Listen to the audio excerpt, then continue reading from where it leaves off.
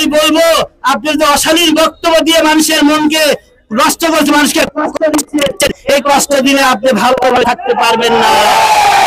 এই অবস্থিতি যেই ভাইরা বক্তব্য দেন রাজাকার বাংলাদেশ জামাত শিবিরকে কবর দিবেন, জামাত শিবিরকে বাংলার থেকে কি করবে, শেষ করবেন। আপনি জেনে রাখেন, তথ্য নিয়ে দেখেন, আপনার মা জামাত করে, আপনার সন্তান শিবির করে, আপনার বউ জামাত করে, আপনার সন্তান ছাত্র শিবির করে।